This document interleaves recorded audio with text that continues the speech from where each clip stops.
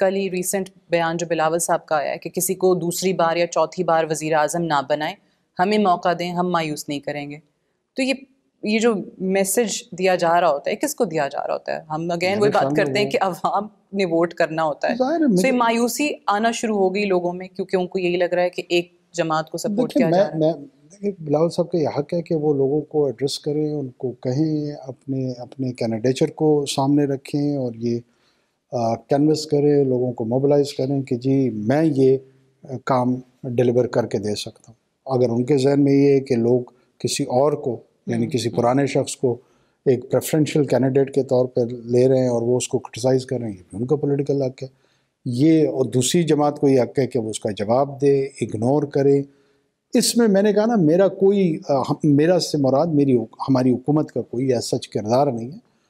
Normal process ہے, let the elections happen, اور دیکھتے ہیں کہ لوگ جس کو ووٹ دیں ہم ان کو مینڈیٹ دے کے. اب ایک اور چیز اس میں آپ آئی ایم شیور کہیں گے کہ میرا یا میری حکومت کا کردار نہیں ہے, but I am asking for your opinion کہ chairman P T I election contest کرتے ہوئے نظر آ رہے ہیں آپ کو؟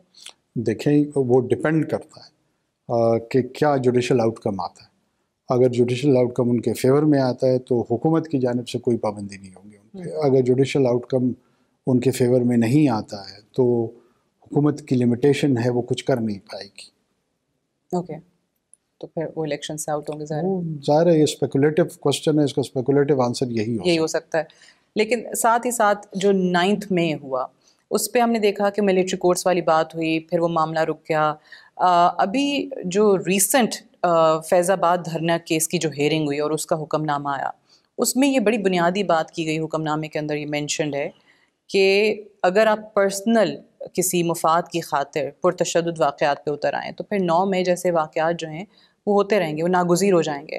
سو اگر یہی چیز بڑھتی گئی, یا chairman P T I jail میں ہیں بٹ ادروائز تو دیکھ رہے ہیں نا آپ کے پی ٹی آئی کے لوگوں کے اندر غصہ ہے, یہ چیز دوبارہ تو نہیں اسی قسم کے کسی واقعے کا پیش خیمہ بن سکتی؟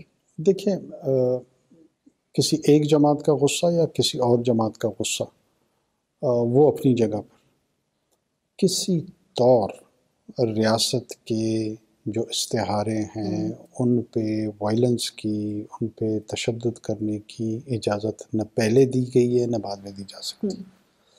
اگر اس قسم کے رویے کو ایکسیپٹیبلٹی ملنی شروع ہوگی اور اس کو ریشنلائز کرنا شروع کر دیا ہم نے, تو ہم ایک انارکی کی صورتحال کی طرف جائیں گے جو کوئی بھی ریاست اس کی اجازت نہیں دی جا سکتی. ٹھیک, بٹ کورٹ نے یہ بھی کہا کہ اس کو لنک کس سے کیا کہ اگر فیض آباد دھرنا کیس کے فیصلے پر عمل ہو جاتا تو یہ نہ ہوتا, 9 مئی جیسے واقعات نہ ہوتے. کورٹ کا وہ ویو ہو سکتا ہے, مگر میں بصد احترام اس کے ساتھ آپ اتفاق کر سکتے ہیں, اس سے آپ اختلاف کر سکتے ہیں.